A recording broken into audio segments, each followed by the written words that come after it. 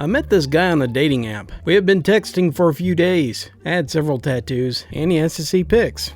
No big deal. I just took some pictures of my tats on my ankle and wrist, and I sent them to him. Who else is there? Huh? I'm alone. Why?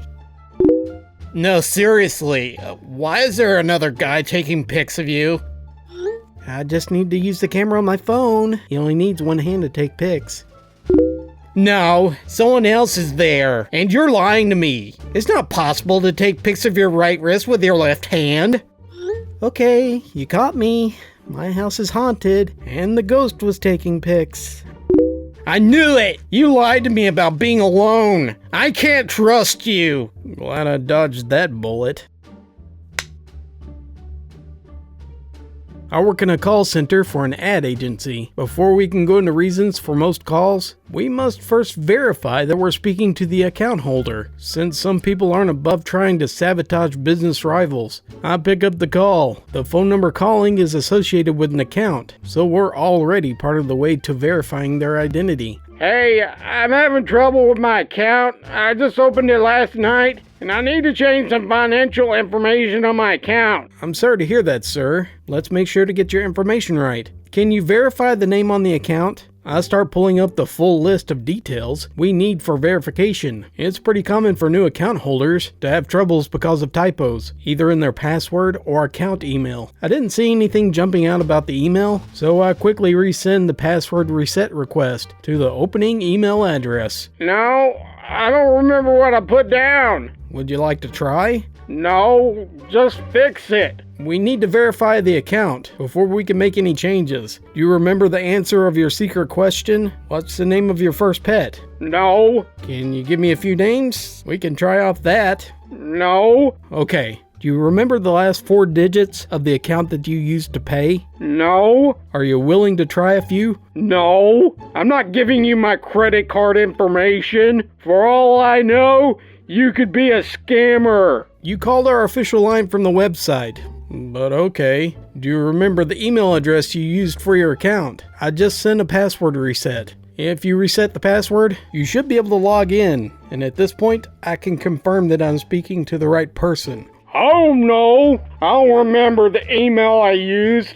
Look, are you going to help me or not? I'm doing my best, but I need to verify your identity as the account holder before I can make any changes to the account. Look, this is simple. I want to make payments with a credit card not associated with the account. And I don't want to hear any of your nonsense about security. Shouldn't be telling you anything anyway. It's a secret. It's to be a secret from other people, but we need to know the details to verify your identity. If you're unable to do so, I'm afraid I must move on to the other callers. How dare you! All I'm asking you to do is to change the account payment information. Without proof of identity, that would be fraud. I give you my word. You refuse to tell me your name. At this point, I'm afraid we've exhausted all options. If you change your mind about verification, please do call in. I disconnected and canceled payments on the card as a courtesy, since the owner can add a card themselves once they log in. I later got back a scathing survey saying I was unhelpful from the email associated with the account and signed by the owner of the account. 2 details which, combined with the phone number, would have been sufficient to change credit card information.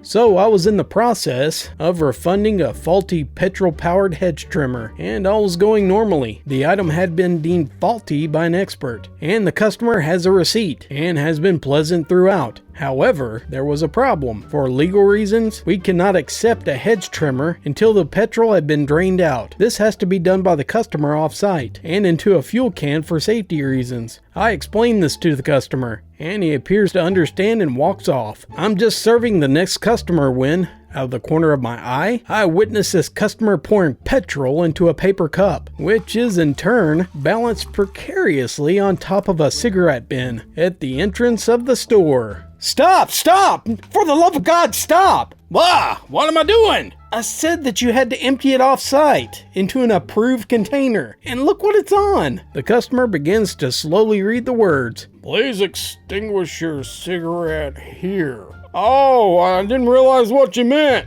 After this, we now make sure that the customers take the items away before serving the next customer. At our store, we often have chores that take us away from the counter, so we leave the bell for the customer to ring if the counter is unattended. I am at the counter serving a customer, and 2 more in queue, when a woman bypasses the queue, walks up to the bell and hits it. She has had to walk around the customers to do this. "I'm sorry, but you need to join the queue." She gives a blank look. But I was told that I would be served if I used the bell. "There are other people who were in here before you. Please join the queue." I was told to ring the bell and someone would come and serve me. Where's the person who's going to serve me? "I'm right here, but I need to finish with these other customers first. Please join the line." But I rang the bell. "It makes no difference. Please join the line." She looks up as if she's only just seen the customers. Oh, there's a line. Do I join it? A customer comes in wanting a refund for a plant because they've decided after a few days that they didn't like it after all. Our refund policy allows us to switch plants, and it was still in its original pot, so no problem, or so I thought. Do you know what plant you would like to buy instead, or would you like some help with that? No, I've not quite decided yet. I thought I'd have a look around and see. There's a bit of a problem, though. I looked and looked, but I can't find the receipt. I'm really sorry. Oh, no problem. I remember selling this plant to you a couple of days ago. He gives a worried look. But, I read your refund policy online. It said I needed a receipt to get a refund. I sold you the plant, so I know you bought it. But I don't have a receipt, though. Okay, look at it this way. You need a proof of purchase to get a refund, right? Right? Well, that's to prove to me that you bought it here. So I know whoever wants a refund isn't trying to steal, right? Yes. Do you remember me helping you out choose the plant and then selling it to you, right? Oh, yeah. You were very helpful. And I remember it too. So that's proof of purchase. I know for a fact that you bought it here. But I don't have a receipt. I give up. Tell you what, without a receipt, I'm allowed to do straight swap, or to give you store credit for an item. How does that sound? Oh, that's great. I didn't know you could do that. He looks worried again. You won't get in trouble for it, will you? No, it's covered under a refund policy. I never knew you could do refunds without a receipt. A car was dumped outside of my house, something normally reportable to the council. However, parts starts disappearing, like the bonnet, the headlight, and little by little more and more. I suspect it's stolen, and I report it to the non-emergency police line, as they recommend. During the phone call, the rep says that they will send someone out to look at it, and that in the meantime, if anything changes, can I please update them? And this happens a few days later on another call. So, I'm just letting you know that it is gone now. The police probably found the owner and made them move it. You didn't need to update us on that. Okay, no worries, sorry. Only called because the lady I spoke to asked me to call if anything changes. Oh no. If the car disappears, it's probably because the owner moved it. You don't need to update us for that. It's just if anything changes, like if it's still there. So, if it stays there and nothing happens, then it counts as a change that I should report? But if it disappears, then it's possibly not suspicious, so therefore I should not report it? Yes. I was working for a large school district, and we had just replaced the email system with a different one, so we weren't completely familiar with all the features. The day we started using the new system, someone sent a message to all staff offering to sell something. This caused everyone's mailbox to explode, with lots of people hitting reply to all and saying that the person shouldn't send it to all staff. In response to the message, a lot more people sent messages telling them not to reply to all, but of course, they used reply to all to send those messages. We frantically looked for the options for the all staff email address and discovered an option to prevent people from using it unless they were on the authorized list. Then I got a phone call from an angry teacher. Hey, I demand to be removed from your all-staff distribution list. Then I politely explained. I can't do that because it's to all staff. So your name has to be included. But I don't want my mailbox flooded with this nonsense.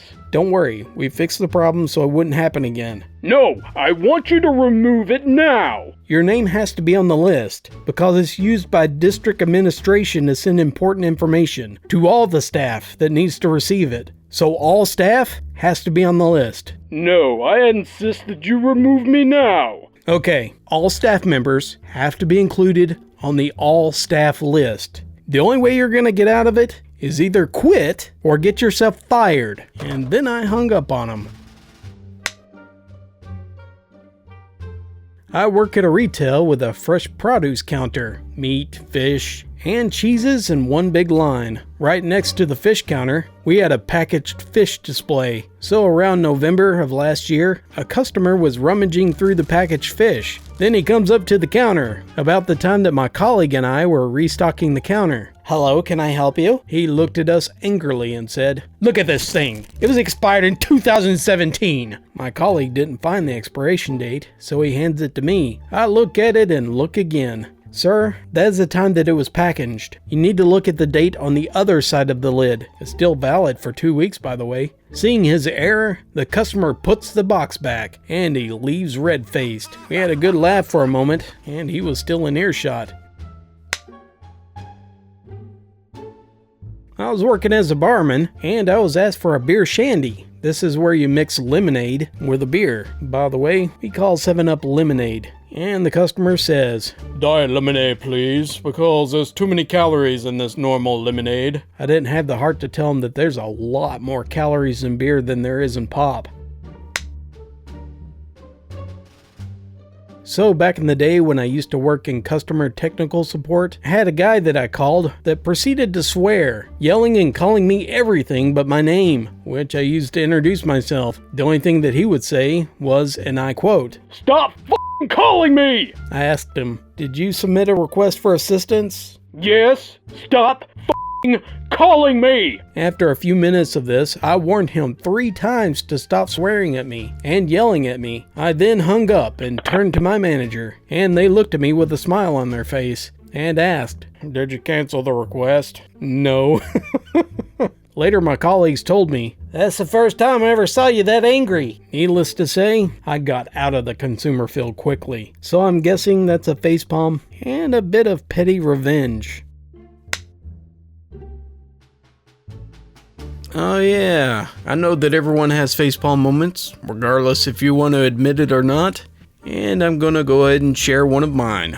This happened probably a few years after me and my wife got married. I had to go to the grocery store like right after work. So she told me some special things that she wanted, one of which I thought she said pantry liners. Because, we were doing some work on the house. So I was like, okay, which I thought that was odd. I've never bought them before. So I go to Walmart and I find some. I get some of those non-slip ones that you put down. Well, I came home and she's like, "What is this?" And I'm like, "Oh, it's what you asked for. You wanted pantry liners." And she starts laughing her butt off. Come to realize, she said panty liners. Feminine hygiene, which once I thought about it, I got really embarrassed because it seemed pretty obvious that we were talking about feminine issues right before she asked for that. So yeah, she doesn't let me forget that, by the way, and it comes up from time to time even though we've been married for like almost 17 years. I'm sure that's not going to be the last time I have a facepalm moment. Thank you very much for joining me. I had a mixture of posts from That's Not Quite Right and also some stories that were submitted. So thank you very much for submitting those stories. I really enjoy reading them. I also want to throw this out. If you want downloadable episodes of everything, not just the Neckbeard Experience, which I publish as a podcast maybe a week or 2 later, you can join my Patreon for just $1 a month. You can download the current episodes there, and you can listen to it anywhere you want. Commercial free, and also some advanced access to the video. That's just a service I offer. Thank you very much, enjoy, and I'll catch you again later. And remember, have fun with your failures, or they'll have fun with you.